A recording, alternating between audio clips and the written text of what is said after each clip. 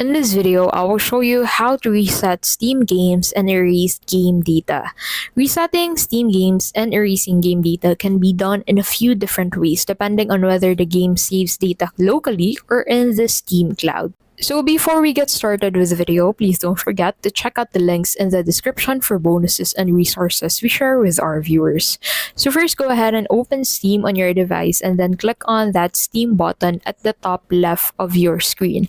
And then in here, go ahead and click on settings and this will pop up on your screen. So in here, go ahead and click on cloud. So under the cloud section, you'll be able to find this enable Steam Cloud. So make sure to disable this to be able to disable Steam Cloud Sync.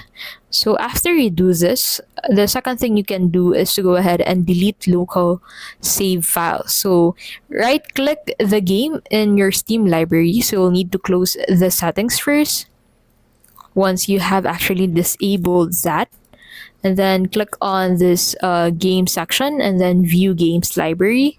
So in here, go ahead and right click on the game on your Steam library and then select properties.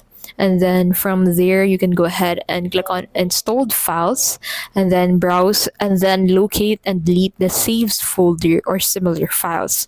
Now, after you have done this, you can go ahead and close and reopen Steam to ensure changes take effects. So some games, especially online multiplayer titles, store progress on external servers, meaning local deletion won't reset your account data. So that would vary depending on the game that you're actually pertaining to, and that's basically how you can reset Steam games and erase game data.